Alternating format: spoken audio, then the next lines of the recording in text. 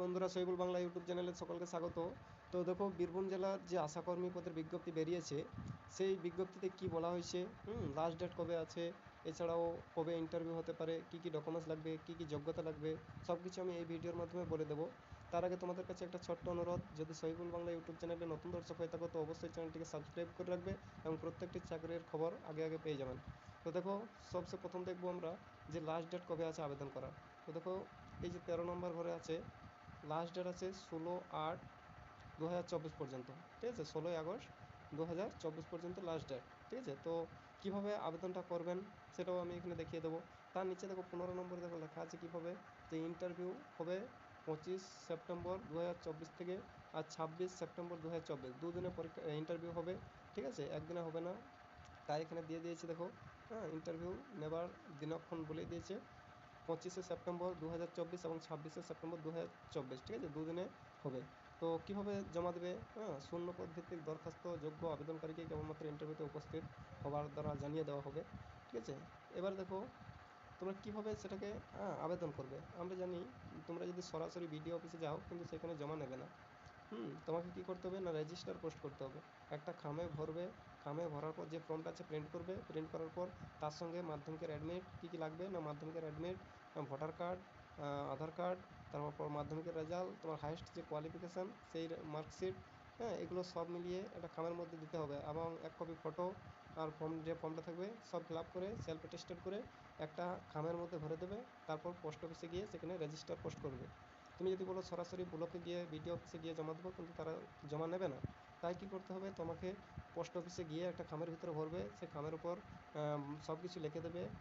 তারপর লিখে দেওয়ার পর সেই পোস্ট অফিসে রেজিস্টার পোস্ট করতে হবে।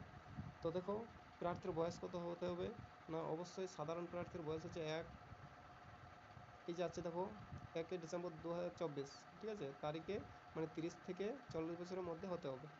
ঠিক আছে, 1/12/2024 যেটা লেখা আছে এই তারিখে কী করতে হবে না, 30 থেকে 40 বছরের মধ্যে হতে হবে। তারপর দেখো, বয়সের প্রমাণ হিসেবে মাধ্যমিকের অ্যাডমিট না হলে জন্ম সার্টিফিকেট অবশ্যই দিতে হবে। জন্ম সার্টিফিকেট অবশ্যই দিতে হবে। তো সব কিছু এখানে বলে দেওয়া হয়েছে। তারপরে দেখো, এই নিচে চলে আসো, তপশিলি আর যেগুলো তপশিলি জাতি তাদের তো 40 থেকে লাগবে না, তাদের 22 থেকে বয়স থেকে হলেই হবে, 22 থেকে 30। ঠিক আছে, তারা কিন্তু আবেদন করতে পারবে। এবার দেখো এখানে কী বলেছে কয়েকটা জিনিস। 1 নম্বরে দেখো কী বলেছে, কেবলমাত্র বিবাহিত, বিধবা, আদালত কর্তৃক ডিগ্রি মূল্যে বিবাহ বিচ্ছিন্ন মহিলারা আবেদন করতে পারবে। ঠিক আছে, তারপর দেখো কী বলেছে, আগ্রহী প্রার্থীকে অবশ্যই উপস্বাস্থ্য কেন্দ্রের অন্তর্গত হতে হবে। হ্যাঁ, আর এগুলো তো বললাম 30 থেকে 40 বছর সাধারণ প্রার্থীকে বয়স হতে হবে, আর তপশিলি উপজাতি জাতি এদেরকে 22 থেকে 40 বছরের মধ্যে বয়স হতে হবে। তো এইভাবে অ্যাপ্লিকেশন করবে।